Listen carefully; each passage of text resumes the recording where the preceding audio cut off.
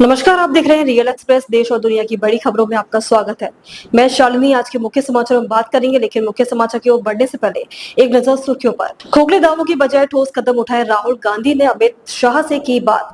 CM Omar Abdullah से भी ली जानकारी। आतंकियों पर एक्शन की तैयारी, दिल्ली पहुंचे पीएम मोदी। एयरपोर्ट पर ही अधिकारियों के साथ की बैठक। दिल्ली राजस्थान से लेकर यूपी तक हिटवेव की मार, बिहार और झारखंड के में बारिश का अनुमान। कश्मीर घूमने आए आईबी अधिकारियों की आतंकी हमले में हत्या, पत्नी बच्चों के सामने मारी गोली। भारतीय विरासत स्थलों पर पर्यटकों की संख्या 5 साल में 19% बढ़ी, लेकिन राजस्व में आई कमी। ये तो थी सुर्खी। अब चलते हैं बड़ी खबरों की ओर। लोकसभा में विपक्ष के नेता राहुल गांधी ने बुधवार को कहा कि उन्होंने जम्मू कश्मीर के पहलगांव में हुए भयानक आतंकी हमले के संबंध में गृह मंत्री अमित शाह, जम्मू कश्मीर के मुख्यमंत्री उमर अब्दुल्ला को और प्रदेश कांग्रेस अध्यक्ष तारिक कर्रा से बात की है। उन्होंने कहा है कि इस हमले की स्थिति की ताजा जानकारी ली गई है। राहुल गांधी ने अभी अमेरिका के दौरे पर है। उन्होंने सोशल मीडिया प्लेटफॉर्म एक्स पर पोस्ट पर लिखा है कि पीड़ित परिवारों को इंसाफ मिलना चाहिए और हम सबका पूरा समर्थन उनके साथ है। उन्होंने हमले को दिल दहलाने वाला और कायरतापूर्ण बताते हुए इसकी कड़ी निंदा की है।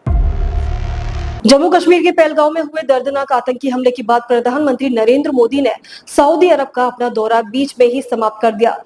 प्रधानमंत्री बुधवार सुबह ही दिल्ली लौट आए हैं और अब तक से कुछ ही देर में सुरक्षा मामलों की कैबिनेट समिति की बैठक की अध्यक्षता करेंगे। ये निर्णय उन्होंने हमले की गंभीरता को देखते हुए लिया है। प्रधानमंत्री नरेंद्र मोदी ने सऊदी अरब से वापस आते ही कश्मीर में पहलगांव आतंकवादी हमले के मद्देनजर विदेश मंत्री doctor S Jaishankar, NSA Ajit Doval, विदेश सचिव विक्रम और अन्य अधिकारियों के साथ बैठक की।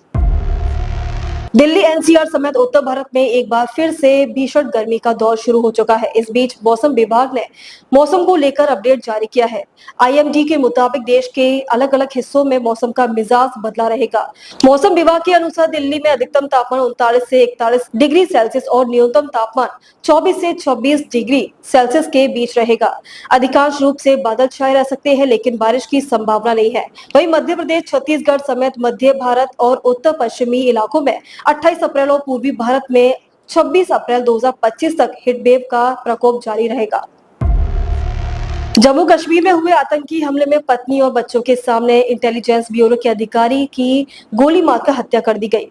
बिहार के रहने वाले मनीष रंजन की पत्नी और उनके बच्चों के सामने गोली मारी। हैदराबाद में तैनात आईबी अधिकारी अपने परिवार के साथ लीव ट्रेवल कंसेशन यात्रा पर थे। जब आतंकवादियों ने उन पर हमला किया, तब परिवार कई अन्य पर्यटकों के साथ पहलगांव की बेसरन घाटी में था। मनीष रंजन आईबी के हैदराबाद कार्यालय के मंत्री अनुभाग में तैनात थे। इस बीच तेलंगाना के मुख्यमंत्री ए रेवंत रेड्डी ने जम्मू कश्मीर में हुए आतंकी हमले पर दुख जताया है।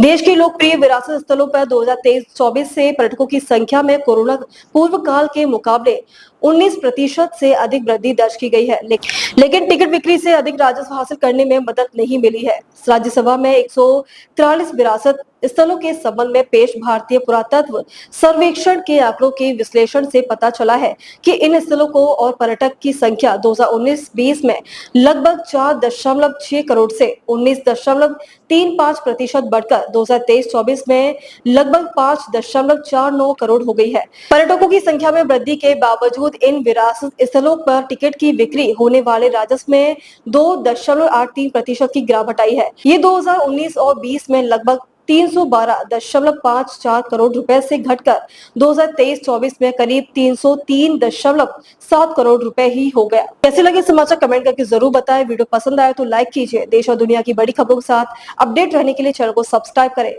खबरों में अब तक के लिए बस इतना ही। फिर होगी आपसे मुलाकात। तब तक के लिए नमस्कार और देखते रहिए रियल एक्सप्रेस।